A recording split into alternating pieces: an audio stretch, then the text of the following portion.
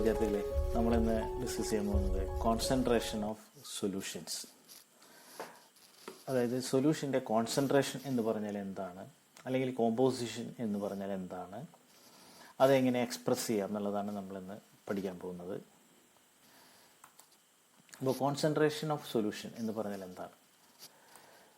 നമ്മളിപ്പോൾ കേട്ടിട്ടുണ്ട് concentrate sulphuric acid, dilute sulphuric acid, concentrate nitric acid, dilute nitric acid, ഇത് നമ്മൾ കേട്ടിട്ടുണ്ട്. What is mean by concentration of solution? അപ്പോൾ നമ്മൾ ഒരു 3 ബീക്കർ നമ്മൾ എടുത്തിട്ടുണ്ട്, ഒരേ അളവിൽ നമ്മൾ സോൾവെൻ്റ് എടുത്തിട്ടുണ്ട്. വാട്ടറാണെന്ന് വിചാരിക്കാം, വാട്ടർ നമ്മൾ എടുത്തിട്ടുണ്ട്. അതിലേക്ക് ആദ്യത്തെ ബീക്കറിലേക്ക് നമ്മൾ 1 ഡ്രോപ്പ് സൊല്യൂട്ട് ആഡ് ചെയ്യുന്നു. രണ്ടാമത്തെ ബീക്കറിലേക്ക് നമ്മൾ 2 ഡ്രോപ്പ് സൊല്യൂട്ട് ആഡ് ചെയ്യുന്നു, ഷുഗർ സൊല്യൂഷൻ ആയിക്കോട്ടെ. മൂന്നാമത്തെ ബീക്കറിലേക്ക് നമ്മൾ 3 ഡ്രോപ്പ് സൊല്യൂട്ട് ആഡ് ചെയ്യുന്നു. ഇതിലേതായിരിക്കും കോൺസെൻട്രേഷൻ കൂടുതൽ? അതല്ലെങ്കിൽ നമ്മൾ ഷുഗറാണ് ആഡ് ചെയ്തതെങ്കിൽ ഇതിൽ മധുരം കൂടുതൽ നമുക്കറിയാം, ഇതിലായിരിക്കും കൂടുതലുണ്ടാവുക. അതായത് എമൗണ്ട്, എത്ര എമൗണ്ട് ആണോ അതാണ് കോൺസെൻട്രേഷനെ നിശ്ചയിക്കുന്നത്. എത്ര എമൗണ്ട് സൊല്യൂട്ട്, എമൗണ്ട് കൂടുതലാണെങ്കിൽ അതിന് കോൺസെൻട്രേഷൻ കൂടുതലായിരിക്കും. ഇനി നമ്മൾ നാലാമത്തെ നോക്കുക. ഈ നാലാമത്തെ നോക്കി കഴിഞ്ഞാൽ നമ്മളിതിലേക്ക് 4 ഡ്രോപ്പ് നമ്മളിതിലേക്ക് ആഡ് ചെയ്യുന്നുണ്ട്. 4 ഡ്രോപ്പ് ആഡ് ചെയ്യുന്നുണ്ട്. അപ്പോൾ ഇത് മൂന്നാമത്തെ ബീക്കറും അല്ലെങ്കിൽ ഈ ബീക്കേഴ്സിനെ അപേക്ഷിച്ച് ഈ ബീക്കറിലുള്ള 4 ഡ്രോപ്പ് ആഡ് ചെയ്ത് കഴിഞ്ഞാൽ കോൺസെൻട്രേഷൻ കൂടുതലായിരിക്കുമോ കുറവായിരിക്കുമോ എന്നുള്ളതാണ് നമ്മുടെ ചോദ്യം. അപ്പോൾ ഇതിൽ നമ്മൾ 4 ഡ്രോപ്പ് സൊല്യൂട്ട് ആഡ് ചെയ്യുന്നുണ്ട്. അപ്പോൾ ഓട്ടോമാറ്റിക്കലി ഇതിനേക്കാൾ കോൺസെൻട്രേഷൻ ഇതിന് കൂടുതലാവേണ്ടതാണ്. പക്ഷേ നമ്മൾ കാണുന്നത് എന്താണ്? കോൺസെൻട്രേഷൻ കുറവായിരിക്കും. എന്താ കാരണം? അപ്പോൾ ഇതിൻ്റെ ബീക്കറിൻ്റെ സൈസ് വ്യത്യാസമുണ്ട്. ഇതിൻ്റെ അളവ്, വാട്ടറിൻ്റെ അളവ് അല്ലെങ്കിൽ സോൾവെൻ്റ് അളവ് വളരെ കൂടുതലാണ്. അതായത് ഒരു ഗ്ലാസ്സിൽ നമ്മൾ 1 ടേബിൾ സ്പൂൺ ഷുഗർ ആഡ് ചെയ്യുന്നു. അതേസമയം നമ്മളൊരു ബക്കറ്റ് വെള്ളം എടുത്തിട്ട് അതിലേക്ക് നമ്മൾ ഒരു 3 ടേബിൾ സ്പൂൺ നമ്മൾ ഷുഗർ ആഡ് ചെയ്യുന്നു. ഇതിലായിരിക്കും മധുരം കൂടുതലുണ്ടാവുക? അത് ഗ്ലാസ്സിലായിരിക്കും. കാരണം ഗ്ലാസ്സിൽ നമ്മൾ 1 ടേബിൾ സ്പൂണാണ് ഷുഗർ ഇട്ടെങ്കിലും അതിൽ സോൾവെൻ്റ് അളവ് കുറവായിരുന്നു. അപ്പോൾ അതേസമയം നമ്മൾ ബക്കറ്റിൽ ഒരുപാട് വെള്ളമുണ്ട്, അതിലേക്ക് 3 ടേബിൾ സ്പൂൺ നമ്മൾ ഷുഗർ ആഡ് ചെയ്താലും അതിൻ്റെ കോൺസെൻട്രേഷൻ കുറവായിരിക്കും, കാരണം അവിടെ സോൾവെൻ്റ് കൂടുതലാണ്. അപ്പോൾ കോൺസെൻട്രേഷൻ ഓഫ് ദി സൊല്യൂഷൻ 2 കാര്യങ്ങളെ ഡിപ്പെൻഡ് ചെയ്യുന്നുണ്ട്. അതായത് amount of solute, it also depends on the amount of solvent.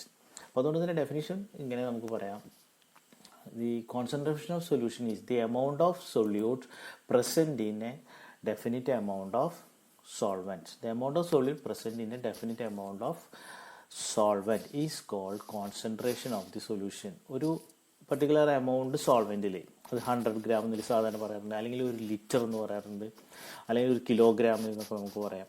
എന്തായാലും നമ്മൾ സോൾവെൻറ്റിൻ്റെ കോൺസെൻട്രേഷൻ പറയുമ്പോൾ സോൾവെൻറ്റിൻ്റെ അളവ് നമ്മൾ പറയണം. അതിൽ എത്ര സൊല്യൂട്ട് അടങ്ങിയിട്ടുണ്ട്, അതാണ് ആ സൊല്യൂഷൻ്റെ കോൺസെൻട്രേഷൻ എന്ന് പറയുന്നത്. സൊല്യൂഷൻ എന്ന് പറഞ്ഞാൽ നമുക്കറിയാം സൊല്യൂട്ടും സോൾവെൻറ്റും ചേർന്നതാണ് സൊല്യൂഷൻ.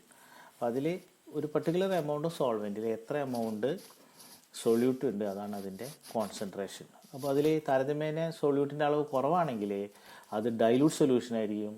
അതിൽ താരതമ്യേന സൊല്യൂട്ടിൻ്റെ അളവ് കൂടുതലാണെങ്കിൽ നമുക്ക് പറയാം it is A concentrated solution. A solution is relatively very large quantity of solute is called concentrated solution. അതുപോലെ വളരെ കുറവാണെങ്കിൽ അതിന് നമുക്ക് പറയാം ഡൈല്യൂട്ട് സൊല്യൂഷൻസ്.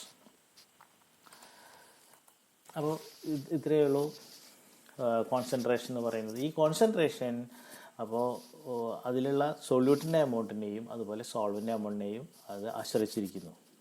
അപ്പോൾ അതുകൊണ്ട് തന്നെ നമുക്ക് എങ്ങനെ ഇനി കോൺസെൻട്രേഷൻ എങ്ങനെ എക്സ്പ്രസ് ചെയ്യാം, അല്ലെങ്കിൽ യൂണിറ്റ് എന്താണ്, ഇതൊക്കെ നമ്മൾ പറയാൻ പോകുന്നത്. അപ്പോൾ ഇതിൽ എമൗണ്ട് ഓഫ് സൊല്യൂട്ട് നമുക്കറിയാം, സൊല്യൂട്ട് അതുപോലെ എമൗണ്ട് ഓഫ് സോൾവെൻറ്റ് ഇതും നമ്മൾ പറയണം. അപ്പോൾ എമൗണ്ട് ഓഫ് സൊല്യൂട്ട് നമുക്ക് ഗ്രാംസിൽ പറയാം, അല്ലേ? നമുക്ക് ഗ്രാംസിൽ പറയാം. ഇത്ര ഗ്രാം സൊല്യൂട്ട് ഡിസോൾവ് ചെയ്തിട്ടുണ്ട് സോൾവെൻറ്റിൽ നമുക്ക് പറയാം, അപ്പോൾ ഗ്രാംസിൽ പറയാം. അത് സോളിഡ് ആണെങ്കിലാണ്, സൊല്യൂട്ട് ഇപ്പോൾ സോളിഡ് ആണെങ്കിൽ നമുക്കത് വെയിറ്റ് കാണാൻ എളുപ്പമായിരിക്കും. അപ്പം നമുക്ക് ഗ്രാംസിൽ പറയാം, കിലോഗ്രാംസിൽ പറയാം. വളരെ കൂടുതലുണ്ടെങ്കിൽ നമുക്ക് കിലോഗ്രാംസിൽ പറയുന്നതായിരിക്കും കുറച്ചുകൂടെ സൗകര്യം. അതുപോലെ ചില കേസുകളിൽ നമുക്ക് മോൾസിൽ പറയുന്നതായിരിക്കും നമുക്ക് സൗകര്യം, എത്ര മോൾസ് ഉണ്ടെന്ന് പറയുന്നതായിരിക്കും സൗകര്യം. അതുപോലെ ലിറ്ററിൽ പറയാം. ഇപ്പോൾ സൊല്യൂട്ട് എന്ന് പറയുന്നത് ഒരു ലിക്വിഡ് ആണെങ്കിൽ അത് ലിറ്ററിൽ പറയുന്ന മെഷർ ചെയ്യാം. 1 ലിറ്റർ മെഷർ ചെയ്യാൻ നമുക്ക് എളുപ്പം. അതിനെ ഗ്രാംസിൽ പറയുന്നതിനേക്കാൾ എളുപ്പം നമുക്ക് ലിറ്ററിൽ പറയുന്നതിന്. കാരണം മാസ് നമുക്ക് കിട്ടണമെങ്കിൽ അതിൻ്റെ ഡെൻസിറ്റി ഇതൊക്കെ നമുക്ക് കാൽക്കുലേഷനിൽ വരും. അപ്പോൾ അതിന് പകരം ലിറ്ററിൽ പറയുകയാണെങ്കിൽ കുറച്ചുകൂടി ഈസി ആയിരിക്കും. അല്ലെങ്കിൽ ML-ലും നമുക്ക് പറയാനായിട്ട് നമുക്ക് പറ്റും. ഇതേപോലെ തന്നെയാണ് സോൾവെൻറ്റിൻ്റെ കേസ്. സോൾവെൻറ്റ് നമുക്ക് ഗ്രാംസിൽ പറയാം, കിലോഗ്രാംസിൽ പറയാം, മോൾസിൽ പറയാം, ലിറ്ററിൽ പറയാം, അല്ലെങ്കിൽ ML-ലും പറയാം. അപ്പോൾ ഇതിൻ്റെ കോമ്പിനേഷനായിട്ട് നമുക്ക് പല വിധത്തിൽ concentration solution can be expressed in many ways depending upon the amount of solute and amount of solvent expressed in different terms. ഇപ്പോൾ ഗ്രാംസിൽ, കിലോഗ്രാംസിൽ, മോൾസിൽ, ലിറ്ററിൽ, ML അതിനൊക്കെ ഡിഫറൻ്റ് അനുസരിച്ചിട്ട് ഡിഫറെൻറ്റ് എക്സ്പ്രഷൻസ് ഉപയോഗിക്കാറുണ്ടെന്നത് സൗകര്യത്തിന് വേണ്ടി. ചിലപ്പോൾ നമുക്ക് സൊല്യൂട്ട് ഗ്രാമിലാണ് നമുക്ക് മെഷർ ചെയ്യാൻ എളുപ്പമെങ്കിൽ ആ ഗ്രാംസിൽ നമ്മൾ പറയും, കിലോഗ്രാം. അത് നമ്മുടെ സൗകര്യം അനുസരിച്ച് ഡിഫറെൻറ്റ് എക്സ്പ്രഷൻസിൽ ഇതിനെ കോൺസെൻട്രേഷൻ നമ്മൾ പറയാറുണ്ട്. നമ്മൾ കേട്ടിട്ടുള്ളതാണ്, കഴിഞ്ഞ വർഷം പഠിച്ചിട്ടുള്ള, അതാണ് നമ്മളിനി പഠിക്കാൻ പോകുന്നത്. So there are several ways to express the concentration of solution quantitatively. Expressing concentration ഏതൊക്കെയാണെന്നുള്ളതാണ്. അപ്പോൾ കോൺസെൻട്രേഷൻ എന്ന് പറഞ്ഞാൽ ഇത്രയേ ഉള്ളൂ. The amount of solute present in a definite amount of solvent is called concentration of the solution. നമ്മൾ പഠിച്ചു കഴിഞ്ഞു. അപ്പോൾ അതിൽ എങ്ങനെയൊക്കെയാണ് എക്സ്പ്രസ് ചെയ്യുന്നതാണ്. ഒന്ന് മാസ് പെർസെൻറ്റേജ്, W/W എന്നാണ് അത് സാധാരണ പറയുക. വോളിയം പെർസെൻറ്റേജ്, വോളിയത്തിൽ എക്സ്പ്രസ് ചെയ്യുക, എല്ലാം വോളിയത്തിലായിരിക്കും. V/V. അതുപോലെ mass by volume percentage, W/V എന്നാണ് എക്സ്പ്രസ് ചെയ്യുക. അതുപോലെ parts per million, PPM, parts per million. Mole fraction, X അല്ലെങ്കിൽ SI എന്നുള്ള വാക്ക് ഉപയോഗിക്കാം. മൊളാരിറ്റി, M എന്നുള്ള വാക്ക്, M എന്നുള്ള ടേമാണ് യൂസ് ചെയ്യുക. മൊളാലിറ്റി, സ്മോൾ ലെറ്റർ M ആണ് യൂസ് ചെയ്യുക. അപ്പോൾ ഇങ്ങനെ ഡിഫറെൻറ്റ് ടേംസിൽ എക്സ്പ്രസ് ചെയ്യാൻ. അതുകൂടാതെ നോർമാലിറ്റി, വേറെയും എക്സ്പ്രഷൻസിൻ്റെ ഏറ്റവും പ്രധാനപ്പെട്ട യൂസ് ചെയ്യുന്ന ടേംസാണ് നമ്മളിപ്പോൾ പഠിക്കാൻ പോകുന്നത്. Mass percentage, volume percentage, mass by volume percentage, parts per million, mole fraction, അതുപോലെ മൊളാലിറ്റി. ഇത്രയും ടേംസ് നമുക്ക് പഠിക്കാനുണ്ട്. 1 by 1 ആയിട്ട് നമുക്ക് പഠിക്കാം. ആദ്യം മാസ് പെർസെൻറ്റേജ്. മാസ് പെർസെൻറ്റേജ് എന്ന് പറഞ്ഞാൽ അത് സൊല്യൂട്ടും സൊല്യൂട്ടും അതുപോലെ സൊല്യൂഷനും അത് ഗ്രാംസിലാണ് എക്സ്പ്രസ് ചെയ്യുന്നത് എന്ന് പറയാം നമുക്ക്. അപ്പോൾ ഇറ്റ് ഈസ് ദി റേഷ്യോ, അത് റേഷ്യോ ആണ്. It's a ratio of the mass of the components of the solution and total mass of the solution multiplied by 100. 100 നമ്മൾ മൾട്ടിപ്ലൈ ചെയ്യുന്നത് പെർസെൻറ്റേജ് കിട്ടാൻ വേണ്ടിയിട്ടാണ്. അപ്പോൾ അത് 100 ഗ്രാം എടുക്കുകയാണെങ്കിൽ അതിൽ എത്ര ഗ്രാം ഉണ്ടായിരിക്കും സൊല്യൂട്ട്, ഇതാണ് അതിൻ്റെ മാസ് പെർസെൻറ്റേജ് എന്ന് പറഞ്ഞാൽ. Mass percentage, W/W, the mass percentage of the component is defined as, mathematically നമുക്ക് ഇങ്ങനെ എഴുതാം, mass percentage of the component is equal to mass of the component in the solution divided by total mass of the solution into 100. അതായത് 100 gram solution എടുക്കുകയാണ്. Solution എന്ന് പറഞ്ഞാൽ നമുക്കറിയാം solute plus solvent. 100 gram നമ്മൾ എടുക്കുകയാണെങ്കിൽ എത്ര ഗ്രാം ആണ് solute ഉള്ളത്, ഇതാണ് അതിൻ്റെ മാസ് പെർസെൻറ്റേജ് എന്ന് പറയുന്നത്. ഇപ്പോൾ 5% സോഡിയം ക്ലോറൈഡ് സൊല്യൂഷൻ എന്ന് പറഞ്ഞാൽ 5% സോഡിയം ക്ലോറൈഡ് സൊല്യൂഷൻ എന്ന് പറഞ്ഞാൽ ഇത്രയേ ഉള്ളൂ. 5 gram percent in 100 gram of the solution. Solution എന്ന് പറഞ്ഞാൽ സൊല്യൂട്ട് പ്ലസ് സോൾവെൻറ്റ്. 100 ഗ്രാം നമ്മൾ സൊല്യൂഷൻ എടുത്തു കഴിഞ്ഞാൽ അതിൽ 5 ഗ്രാം സോഡിയം ക്ലോറൈഡ് ഉണ്ടായിരിക്കും. ഇതാണ് 5% സൊല്യൂഷൻ എന്ന് പറഞ്ഞാൽ 5 gram NaCl present in 100 gram of the solution. അപ്പം അങ്ങനെയാണെങ്കിൽ നമുക്കിത് ക്ലിയർ ആയിട്ട് മനസ്സിലായെന്ന് അറിയാൻ വേണ്ടിയിട്ട് ഒരു ക്വസ്റ്റ്യൻ ആണ് നിങ്ങളോട് ചോദിക്കുകയാണ്. How will you prepare 10% glucose solution? അപ്പോൾ നിങ്ങൾക്ക് ഗ്ലൂക്കോസ് തരികയാണ്, വാട്ടർ തരികയാണ്, വെയിറ്റും മെഷീനൊക്കെ തരികയാണെങ്കിൽ നിങ്ങൾ എങ്ങനെയാണ് 10% ഷുഗർ സൊല്യൂഷൻ നിങ്ങൾ പ്രിപ്പയർ ചെയ്യുക, അല്ലെങ്കിൽ 10% ഗ്ലൂക്കോസ് സൊല്യൂഷൻ നിങ്ങൾക്ക് പ്രിപ്പയർ ചെയ്യാം. നിങ്ങൾക്ക് ബാലൻസ് തന്നിട്ടുണ്ട്, ആവശ്യത്തിന് ഗ്ലൂക്കോസ് തന്നിട്ടുണ്ട്, അതുപോലെ വാട്ടർ തന്നിട്ടുണ്ട്, വെയിങ് മെഷീൻ തന്നിട്ടുണ്ട്. നിങ്ങളോട് പറയുകയാണ് how will you prepare 10% glucose solution? അപ്പോൾ നമുക്കറിയേണ്ടത് 10% ഗ്ലൂക്കോസ് സൊല്യൂഷൻ എന്ന് പറഞ്ഞാൽ എന്താണ്? 10 gram glucose present in 100 gram of the solution. അപ്പോൾ 100 ഗ്രാം സൊല്യൂഷൻ എടുത്തു കഴിഞ്ഞാൽ അതിൽ എത്ര ഗ്രാം ഗ്ലൂക്കോസ് ഉണ്ടായിരിക്കണം? 10 ഗ്രാം ഗ്ലൂക്കോസ് ഉണ്ടായിരിക്കും. അല്ല, 10% 10 gram present 100 gram of the solution. അപ്പോൾ 100 ഗ്രാം സൊല്യൂഷൻ നമ്മൾ എടുത്തു കഴിഞ്ഞാൽ 10 ഗ്രാം ഗ്ലൂക്കോസ് അതിലുണ്ടായിരിക്കും. സൊല്യൂഷൻ എന്ന് പറഞ്ഞാൽ എന്താണ്? Solute plus solvent. അപ്പോൾ അതിൽ 100 ഗ്രാം സൊല്യൂഷൻ എന്ന് പറഞ്ഞാൽ അതിൽ 10 ഗ്രാം ഉണ്ടായിരിക്കുന്നു പറഞ്ഞാൽ 10 ഗ്രാം കഴിഞ്ഞ് ബാക്കി അപ്പോൾ 100 ആവാനായിട്ട് എത്ര മതി? 90 ഗ്രാം വാട്ടർ മതി.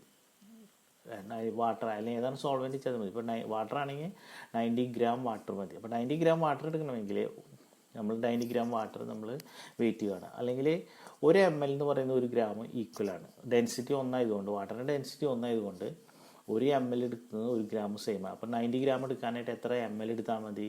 90 ml വാട്ടർ എടുത്തിട്ട് നിങ്ങൾ അതിലേക്ക് 10 ഗ്രാം ഗ്ലൂക്കോസ് വെയിറ്റ് കൊണ്ട് അതിലേക്ക് ആഡ് ചെയ്ത് നന്നായിട്ട് സ്റ്റിർ ചെയ്യുക, യൂണിഫോം ആക്കണം.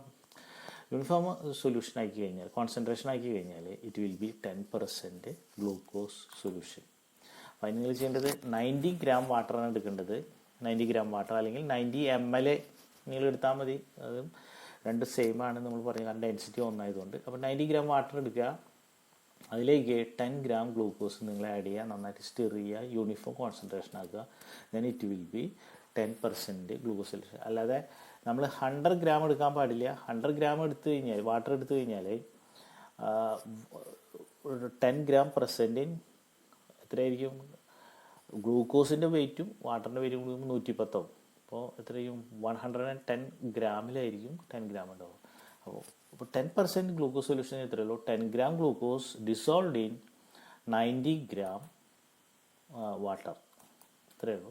കണ്ടോ? അപ്പോൾ നമ്മൾ ഇനി കാൽക്കുലേറ്റ് ചെയ്യുകയാണെങ്കിൽ 10% കിട്ടും. അതായത് 10 ഡിവൈഡഡ് ബൈ 100. അതായത് ഗ്ലൂക്കോസ് 90യും ഗ്ലൂക്കോസ് 10ഉം വാട്ടർ 90യും കൂടി ചേർന്ന് കഴിഞ്ഞാൽ 100 ഇൻറ്റു 100 ക്യാൻസൽ ചെയ്ത് കഴിഞ്ഞാൽ നമുക്ക് കിട്ടുക 10%.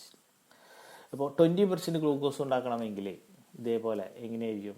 20 ഗ്രാം എടുക്കുക, 80 ml വാട്ടറിൽ നിങ്ങൾ ഡിസോൾവ് ചെയ്യുക. അതുപോലെ 25% ഗ്ലൂക്കോസ് സൊല്യൂഷൻ ഉണ്ടാക്കണമെങ്കിൽ 25 ഗ്രാം ഗ്ലൂക്കോസ് എടുക്കുക, അത് 75 ml വാട്ടറിൽ നിങ്ങൾ ഡിസോൾവ് ചെയ്യുക. അപ്പോൾ ഇത് പ്രോബ്ലത്തിൽ നമുക്ക് ആവശ്യം വരും. 20% ഗ്ലൂക്കോസ് സൊല്യൂഷൻ, അതിൻ്റെ മോൾ ഫ്രാക്ഷൻ കണ്ടുപിടിക്കുക എന്നൊക്കെ പറഞ്ഞിട്ട് വരും. അപ്പോൾ നമുക്ക് ഈ ഐഡിയ ക്ലിയർ ആയിട്ട് മനസ്സിലായിട്ടിരിക്കണം. അപ്പോൾ 30% ഗ്ലൂക്കോസ് സൊല്യൂഷൻ എന്ന് പറഞ്ഞാൽ 30 gram glucose present in 100 gram of the solution, അല്ലെങ്കിൽ 30 gram glucose dissolved in 70 gram water, 70 ml water. Okay, clear ആയിട്ടെന്ന് വിചാരിക്കുന്നു. അപ്പോൾ നമ്മളിത് ക്ലിയർ ആയിട്ട് മനസ്സിലാക്കണം. അപ്പോൾ how will you prepare 15% NaCl solution in water? എന്തായിരിക്കും ആൻസർ? 15 ഗ്രാം എടുക്കുക, നിങ്ങൾ സോഡിയം ക്ലോറൈഡ് എടുക്കുക, അത് 85 ml വാട്ടറിൽ ഡിസോൾവ് ചെയ്യുക. ഇത്രേ വേണ്ടൂ. അപ്പോൾ ഇനി ഒരു പ്രോബ്ലം നമ്മൾ ചെയ്ത് നോക്കാം. നമുക്ക് ക്വസ്റ്റ്യൻ ഇതാണ്: what is the mass percentage of 500 gram of water containing 6.50 gram of potassium nitrate? What is the. അപ്പോൾ ഇങ്ങനെയുള്ള പ്രോബ്ലം വന്നു കഴിഞ്ഞാൽ 1-2 വട്ടം നമ്മൾ വായിക്കുക, അത് മാത്തമാറ്റിക്കലാക്കുക. ഇതാണ് ആദ്യം ചെയ്യേണ്ടത്.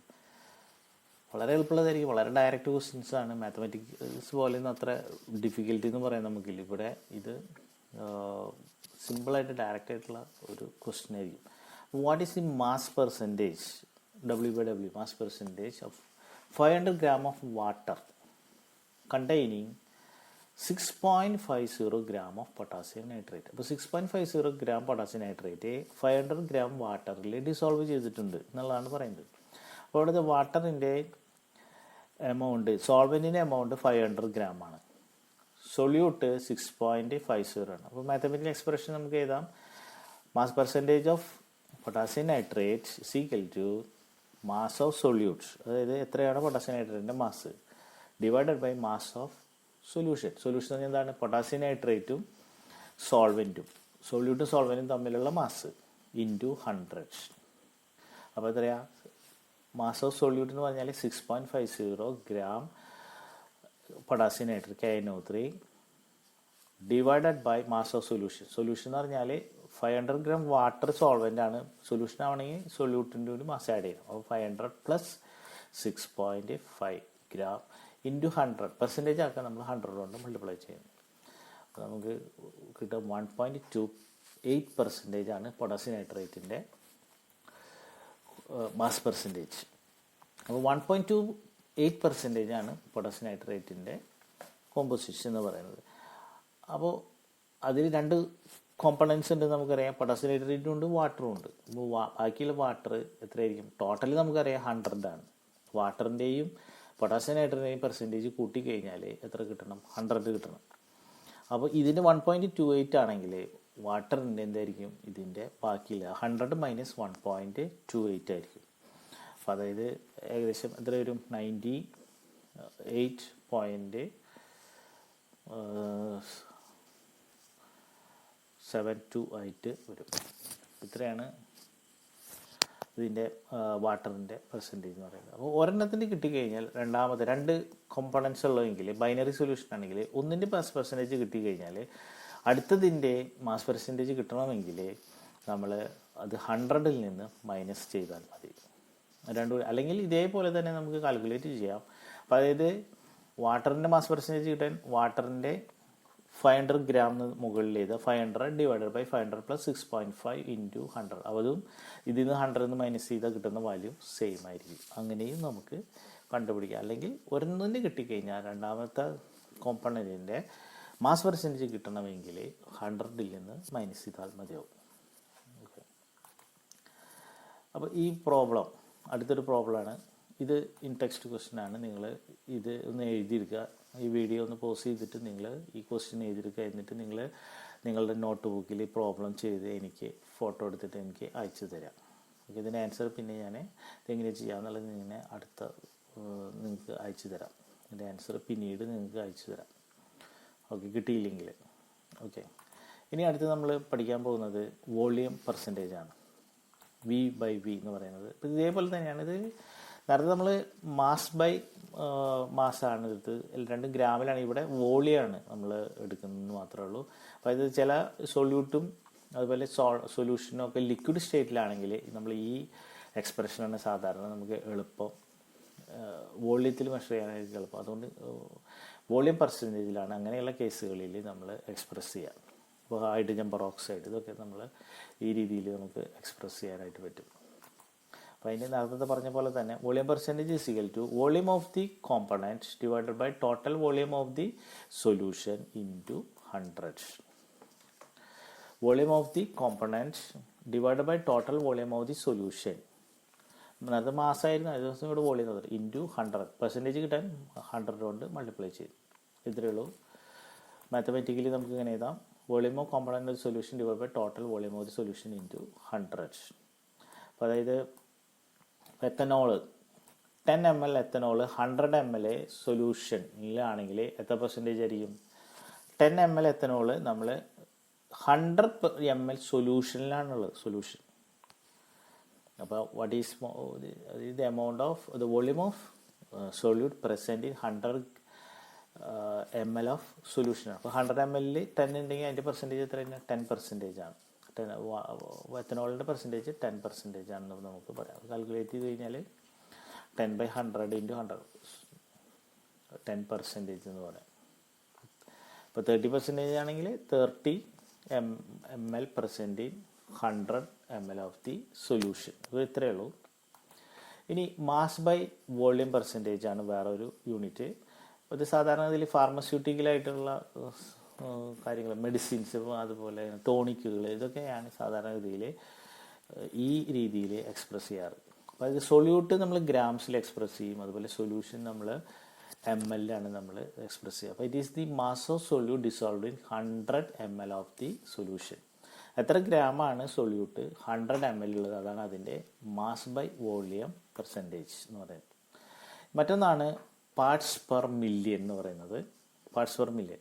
അപ്പോൾ ഇത് സാധാരണ ഇതിൽ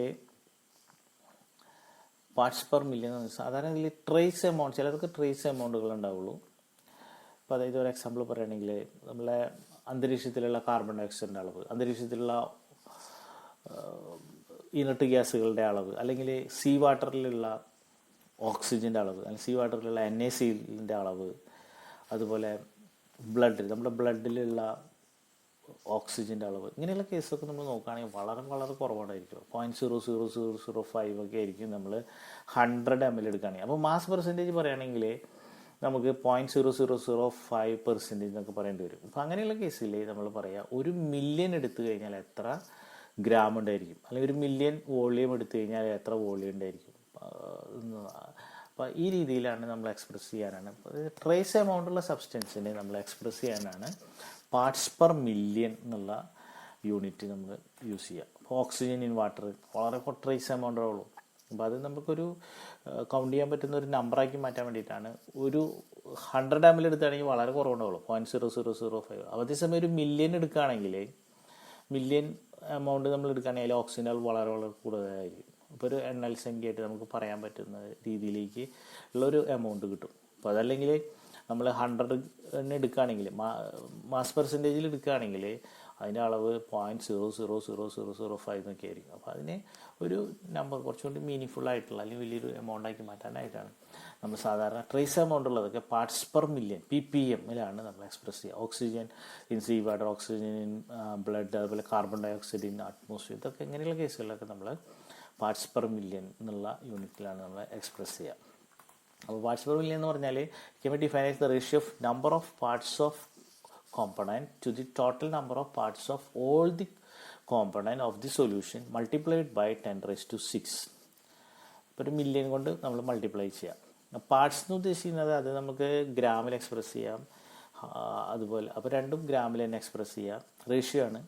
വോളിയത്തിലാണെങ്കിൽ വോളിയത്തിൽ എക്സ്പ്രസ് ചെയ്യുന്നു, അല്ലെങ്കിൽ മാസ് ബൈ വോളിയത്തിൽ എക്സ്പ്രസ് ചെയ്യുന്നു. അത് പാർട്സ് കൊണ്ട് ഇത് parts per million can be defined as the ratio of number of parts of component to the total number of parts of all the component of the solution multiplied by 10⁶. It is denoted by ppm, parts per million. ppm എന്ന് പറഞ്ഞാൽ അത് short ഫോമാണ്, parts per million. Mathematically നമുക്ക് എഴുതാം parts per million is equal to number of parts of components divided by total number of parts of all the components of the solution into 10⁶. അപ്പോൾ അതാണ് parts per million എന്ന് പറയുന്നത്. Number of parts of the component divide by total number of parts of all the component of the solution into 10⁶. അപ്പോൾ അതായത് for example 0.005 gram NaCl dissolved in 100 ml of the water, then parts per million will be. അതായത് ഒരു 100 ml വാട്ടറിൽ 0.005 gram NaCl ഉണ്ട് എങ്കിൽ parts per million എത്രയായിരിക്കും? നമ്മളെന്താ ചെയ്യുക? Amount of solute divide by amount of solution into 10⁶. ഇതാണ് ഇതിൻ്റെ കാൽക്കുലേഷൻ. അപ്പോൾ NaClൻ്റെ എമൗണ്ട് 0.005 ഡിവൈഡഡ് ബൈ 100 ml എന്ന് പറഞ്ഞാൽ വാട്ടർ ആയതുകൊണ്ട് ഗ്രാമും ml ഗ്രാം സെയിം ആണ്, ഡെൻസിറ്റി സെയിം ആണ്. 100 gram ഇൻറ്റു 10⁶. അപ്പോൾ എത്രയായി? 0.000 ഇതിനെ 100 ഡിവൈഡ് ചെയ്തപ്പോൾ 0.0005 ഇൻറ്റു 10⁶. അപ്പോൾ ഒരു 5 കിട്ടും, 5 ppm. ഇതേസമയം ഇത് നമ്മൾ മാസ് പെർസെൻറ്റേജിലാണ് പറയുന്നതെങ്കിൽ ഇത് 0.0005 എന്നൊക്കെ ആയിരിക്കും. അപ്പോൾ ചെറിയൊരു സംഖ്യ ആയിരിക്കും. അപ്പോൾ അത് ഒഴിവാക്കാൻ വേണ്ടിയിട്ടാണ് വളരെ ട്രേസ് എമൗണ്ട് ഉള്ളതെങ്കിൽ അതിന് നമ്മൾ പാർട്സ് പെർ മില്യൺ എന്നുള്ള യൂണിറ്റിലാണ് എക്സ്പ്രസ് ചെയ്യുക. Parts per million 5 ppm. Carbon dioxide അളവ്, ഇങ്ങനെ അന്തരീക്ഷത്തിൽ കാർബൺ ഡയോക്സൈഡിൻ്റെ അളവ് 1.3 ppm, അല്ലെങ്കിൽ അങ്ങനെ നമ്മൾ പറയുകയാണെങ്കിൽ ഓരോന്ന് ഓക്സിജൻ്റെ അളവ്, ബ്ലഡിൽ ഓക്സിജൻ്റെ അളവ്, അങ്ങനെ പാർട്സ് പെർ മില്യൺ, ഇങ്ങനെ വളരെ ട്രേസ് എമൗണ്ട് ഉള്ളതൊക്കെ നമ്മൾ ഇങ്ങനെയാണ് സാധാരണ എക്സ്പ്രസ് ചെയ്യുക, പാർട്സ് പെർ മില്യൺ. അപ്പോൾ ഇത്രയാണ് നമ്മളിന്ന് സ്റ്റഡി ചെയ്യുന്നത്. അല്ലെങ്കിൽ ലെങ്ത് വളരെ കൂടി പോകും. ഇനി നമുക്ക് അടുത്ത ടേംസുകൾ, അതായത് മോൾ ഫ്രാക്ഷൻ, മോളാലിറ്റി ഇങ്ങനെയുള്ള ടേംസുകൾ നമുക്ക് അടുത്ത ക്ലാസ്സിൽ നമുക്ക് പഠിക്കാം. അപ്പോൾ ഇത്രയും കാര്യങ്ങൾ നിങ്ങൾ നന്നായിട്ട് മനസ്സിലാക്കുക, ക്ലാസ് നന്നായിട്ട് ശ്രദ്ധിക്കുക, ആവർത്തിച്ച് കാണുക, ആ പ്രോബ്ലം നിങ്ങൾ ചെയ്ത് നോക്കുക. ഇനി വേണമെങ്കിൽ പ്രോബ്ലം നിങ്ങൾ ടെക്സ്റ്റിലുണ്ട്, അത് നിങ്ങൾ ചെയ്ത് നോക്കാൻ ശ്രമിക്കുക.